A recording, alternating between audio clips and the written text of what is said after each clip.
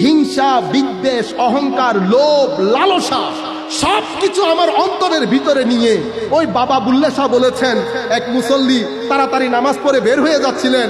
বুল্লে শাহ বলছেন, বাবা ইধর आओ। क्या हुआ बाबा, आपने नमाज अदा किया? जी बाबा नमाज अदा किया।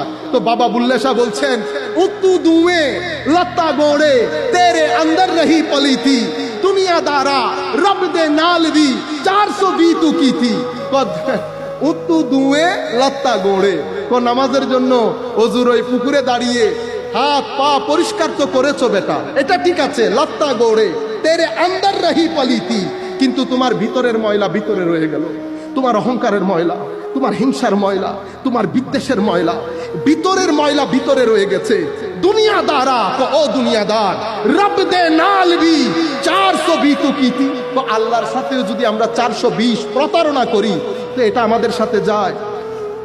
কলসির ভিতর পরিষ্কার না করলে আমরা পানি পান করি না। আর অন্তরের ময়লা অন্তরে রেখে সারা জীবন যদি নামাজ আদায় করি, সেই কারণে আমরা কেউ 10 বছর, কেউ 15, কেউ 20, কেউ 30, কেউ 50 বছর নামাজ আদায় করেছি। বুকে হাত দিয়ে বলেন, কখনো আমাদের ইচ্ছা করেছে আজকে সিজদা থেকে আর উঠবো না, কখনো আমাদের ইচ্ছা করেছে আজকে রুকু থেকে উঠবো না, কখনো আমাদের গায়ে শিহরণ জেগেছে মওলায়ে করিমের কুরবতকে ফিল করে, কখনো আমাদের শরীরের মধ্যে ঝাঙ্গার দিয়ে উঠেছে? উঠে নাই। কেন হয় না?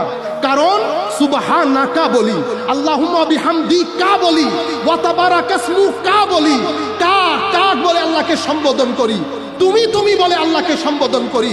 কিন্তু একটা হিজাব, একটা পর্দা আমাদের অন্তরকে, কলবকে লক করে রাখে।